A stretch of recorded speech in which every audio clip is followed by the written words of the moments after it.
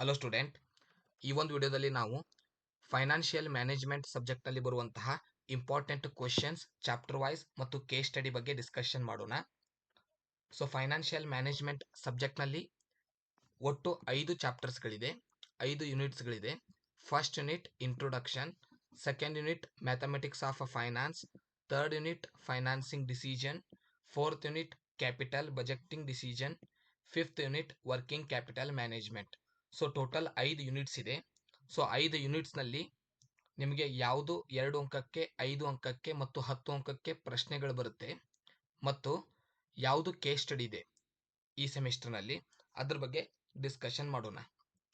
So ಕೆಳಗಡೆ ಕೊಟ್ಟಿರುವಂಥ WhatsApp number ಮೂಲಕ ನಮ್ಮನ್ನ ಕಾಂಟ್ಯಾಕ್ಟ್ ಮಾಡಿ.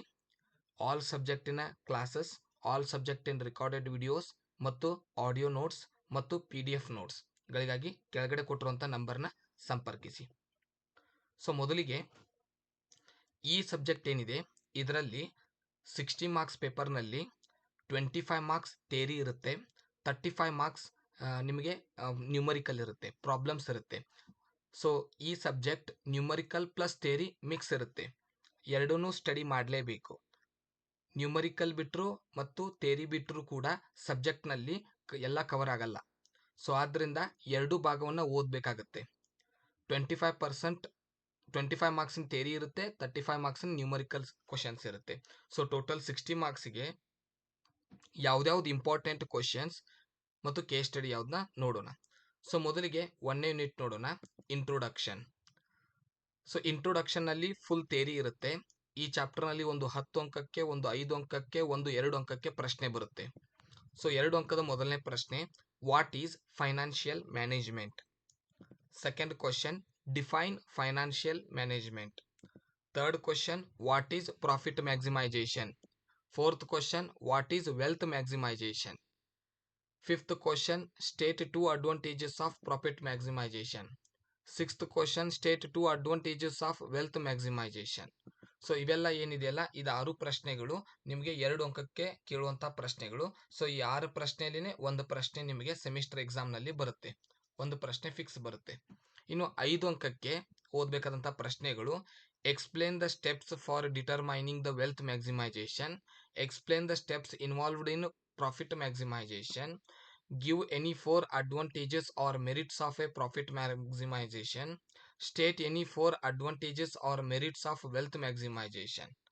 ಸೊ ಈ 4 ಪ್ರಶ್ನೆಯಲ್ಲಿ ನಿಮಗೆ ಒಂದು ಪ್ರಶ್ನೆ 5 ಮಾರ್ಕ್ಸಿಗೆ ಬರುತ್ತೆ.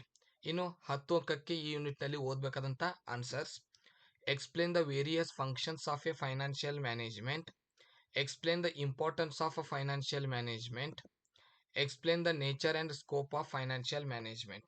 ಸೊ ಈ 3 ಪ್ರಶ್ನೆಯಲ್ಲಿ ಇನ್ನೊಂದು ಪ್ರಶ್ನೆ ಇದೆ, state any 5 objectives of financial management. ಈ 4 ಪ್ರಶ್ನೆಯಲ್ಲಿ ಒಂದು ಪ್ರಶ್ನೆ ನಿಮಗೆ 10 ಅಂಕಕ್ಕೆ ಬರುತ್ತೆ. ಸೊ ಇದಕ್ಕೆ ಸಂಬಂಧಪಟ್ಟಂತ ಥಿಯರಿ ನೋಟ್ಸ್ ಏನಿರುತ್ತೆ, ನೀವು ಯಾವುದೇ ಟೆಕ್ಸ್ಟ್ ಬುಕ್ ರೆಫರ್ ಮಾಡಿದರೂ ಕೂಡ ಅಲ್ಲಿ ಕೀ ಆನ್ಸರ್ಸ್ನಲ್ಲಿ ಸ್ವಲ್ಪ ವೇರಿಯೇಷನ್ ಆಗುತ್ತೆ. ಸೊ ಯೂನಿವರ್ಸಿಟಿಗೆ ಸಂಬಂಧಪಟ್ಟಂತಹ ಕೀ ಉತ್ತರಗಳು ಏನು ಬರಿಬೇಕು ಅನ್ನೋದನ್ನ ನಿಮಗೆ ಮಾಹಿತಿ ಬೇಕಂದರೆ ಕೆಳಗಡೆ ಕೊಟ್ಟಿರುವಂಥ ವಾಟ್ಸಪ್ ನಂಬರ್ ಮೂಲಕ ನಮ್ಮನ್ನ ಕಾಂಟ್ಯಾಕ್ಟ್ ಮಾಡಿ, ನಮ್ಮ ಕ್ಲಾಸಸ್ನ ಜಾಯ್ನ್ ಆಗಿ, ನಮ್ಮ ಆ್ಯಪ್ನ ಲಾಗಿನ್ ಮಾಡೋ ಪ್ರೊಸೀಜರ್ನ ನಿಮಗೆ ಹೇಳ್ತೀವಿ. ಸೊ ಕಾಂಟ್ಯಾಕ್ಟ್ ಮಾಡಿ. ಇನ್ನು 2ನೇ unit, mathematics of finance. So ಇದರಲ್ಲಿ ಬರುವಂಥ 2 ಅಂಕದ ಪ್ರಶ್ನೆಗಳು, what is annuity due, what is the time value of money, what is the present value of money, what is the future value of money. So ಇದಿಷ್ಟು 2 ಅಂಕದ ಪ್ರಶ್ನೆಗಳು. 5 ಮಾರ್ಕ್ಸ್ಗೆ ನೀವು study ಮಾಡಬೇಕಾಗಿರೋದು, explain the techniques of time value of money, calculation of net cash flow under discounted factor, calculation of net present value, calculation of net future value. So ಇವೆಲ್ಲ problems numerical. So cash flow ಕಂಡುಹಿಡಿಯೋದು ಅಂದರೆ discounted factor ಮೂಲಕ cash flow ಕಂಡುಹಿಡಿಯೋದು, net present value ಕಂಡುಹಿಡಿಯೋದು, net future value ಕಂಡುಹಿಡಿಯೋದು 5 ಅಂಕಕ್ಕೆ ಕೇಳುವಂತಹ numerical ಪ್ರಶ್ನೆಗಳು. ಇದರಲ್ಲಿ ಒಂದು ಪ್ರಾಬ್ಲಮ್ ಕಂಪಲ್ಸರಿ ಬರುತ್ತೆ. ಸೊ ಈ 3ರಲ್ಲಿ ಒಂದು ಪ್ರಾಬ್ಲಮ್ ಫಿಕ್ಸ್ ಇರುತ್ತೆ. ಸೊ ಪ್ರತಿ ಪ್ರಾಬ್ಲಮ್ಗೆ 2 ಎಕ್ಸಾಂಪಲ್ ಇದೆ ನಮ್ಮ ಕಡೆ. ಸೊ ಆ 2 ಎಕ್ಸಾಂಪಲ್ನಲ್ಲೇ ನಿಮಗೆ ಪೇಪರ್ನಲ್ಲಿ ಆನ್ಸರ್ಸ್ ಬರುತ್ತೆ, ಕ್ವಶನ್ಸ್ ಬರುತ್ತೆ. 10 ಅಂಕಕ್ಕೆ ಈ ಚಾಪ್ಟರ್ನಲ್ಲಿ ನೀವು calculation of cash flow in and out flow and deciding A proposal. So problem ಕೊಟ್ಟಿರ್ತಾರೆ 10 ಅಂಕಕ್ಕೆ ಈ ಚಾಪ್ಟರ್ ಮೇಲೆ. ಸೊ ಆ 10 ಮಾರ್ಕ್ಸ್ಗೆ ಏನ್ ಬರುತ್ತಲ್ಲ ಆ ಪ್ರಾಬ್ಲಮ್, ಸೊ ಅದ ಏನಿರುತ್ತೆ ಅಂದ್ರೆ ಕ್ಯಾಶ್ ಇನ್ಫ್ಲೋ ಅಥವಾ ಕ್ಯಾಶ್ ಔಟ್ಫ್ಲೋನ ಕಂಡುಹಿಡಿಯೋದಿರುತ್ತೆ. ಕಂಡುಹಿಡಿದು ನೀವು ಪ್ರಪೋಸಲ್ನ ಎಕ್ಸೆಪ್ಟ್ ಮಾಡಬೇಕಾ ಮಾಡಬಾರ್ದು ಅನ್ನೋ ಡಿಸಿಷನ್ ತಗೊಳ್ಳೋದಿರುತ್ತೆ. ಸೊ ಇದು 10 ಮಾರ್ಕ್ಸ್ಗೆ ಕೇಳುವಂತ ಪ್ರಶ್ನೆ. ಈ ಚಾಪ್ಟರ್ನಲ್ಲಿ 10 ಮಾರ್ಕ್ಸ್ಗೆ ಒಂದೇ ಮೆಥಡ್ ಇದೆ. ಸೊ ಎಲ್ಲ ನಿಮ್ಗೆ ಏನು ಟೆಕ್ಸ್ಟ್ ಬುಕ್ ನಲ್ಲಿ ಹೇಳ್ತಾರಲ್ಲ ಅದೆಲ್ಲ ಹಳೆ syllabus plus other university mix ಮಾಡಿ ಹೇಳ್ತಾರೆ. ಸೊ ನಿಮ್ಗೆ ಈ ಯೂನಿವರ್ಸಿಟಿಗೆ ಸಂಬಂಧಪಟ್ಟಂತೆ ಬೇಕಾದಂತಹ ಮಾಹಿತಿ ಅಂದ್ರೆ 2 ಅಂಕಕ್ಕೆ 5 ಅಂಕಕ್ಕೆ 10 ಅಂಕಕ್ಕೆ ಇಷ್ಟು ಓದಿದ್ರೆ ಸಾಕು, ಎಲ್ಲ ಕವರ್ ಆಗುತ್ತೆ ಸಿಲೆಬಸ್. ಇನ್ನು ಮುಂದಿನ chapter, third chapter financing decision. So ಅದರ ಮೇಲೆ ಕೇಳುವಂತ 2 ಅಂಕದ ಪ್ರಶ್ನೆಗಳು: what is leverage, what is operating leverage, what is financial leverage. So next 5 ಅಂಕಕ್ಕೆ ಕೇಳುವಂತ ಪ್ರಶ್ನೆ: calculation of operating leverage and financial leverage and combine leverage, calculation of average rate of return. ಇವೆರಡು ಪ್ರಶ್ನೆ numerical ಪ್ರಶ್ನೆ 5 ಅಂಕಕ್ಕೆ ಬರುತ್ತೆ. 10 ಅಂಕಕ್ಕೆ ಈ ಚಾಪ್ಟರ್ ನಲ್ಲಿ ನೀವು ಓದಬೇಕಾಗಿರೋದು ಕ್ಯಾಲ್ಕುಲೇಷನ್ ಆಫ್ ಲಿವರೇಜ್. ಸೊ ಇದಿಷ್ಟು 3ನೇ ಚಾಪ್ಟರ್ ನಲ್ಲಿ ನೀವು ಪ್ರಾಕ್ಟೀಸ್ ಮಾಡಬೇಕಾಗಿರೋದು. ಇನ್ನು 4ನೇ chapter capital budgeting decision. So 2 ಅಂಕಕ್ಕೆ what is the optimal capital structure, what is the cost of debenture capital, what is future cost, what is historical cost, what is average cost of capital. So 5 ಅಂಕಕ್ಕೆ ಕೇಳುವಂತ ಪ್ರಶ್ನೆ: explain the types of cost of capital, calculation of cost of preference share, calculation of cost of debenture, calculation of cost of equity share, calculation of cost of retained earnings. So ಇವೆಲ್ಲ 5 ಅಂಕದ numerical ಪ್ರಶ್ನೆಗಳು, problems ಕೇಳುವಂತ ಪ್ರಶ್ನೆಗಳು. Calculation of weighted average cost of capital.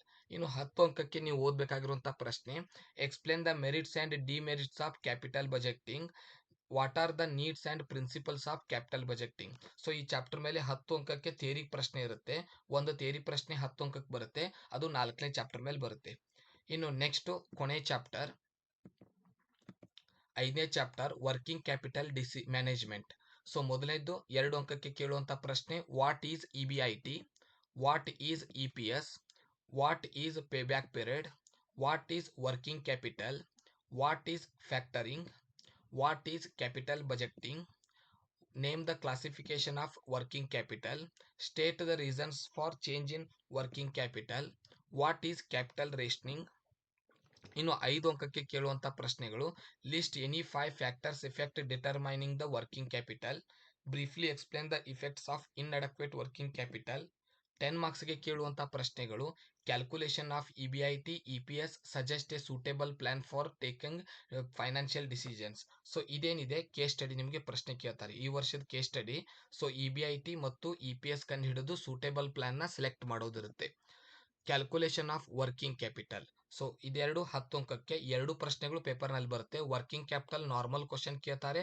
10 ಅಂಕಕ್ಕೆ case study, EBIT calculation, EPS calculation ಮಾಡಿ financial decision ನ ತಗೊಳ್ಳೋದನ್ನ comment ಬರೆಯೋದು ಇರುತ್ತೆ. ಸೊ ಇದಿಷ್ಟು ನಿಮ್ದೆ 5ನೇ ಚಾಪ್ಟರ್ ನಲ್ಲಿ ಬರುವಂತಹ ಪ್ರಶ್ನೆಗಳು.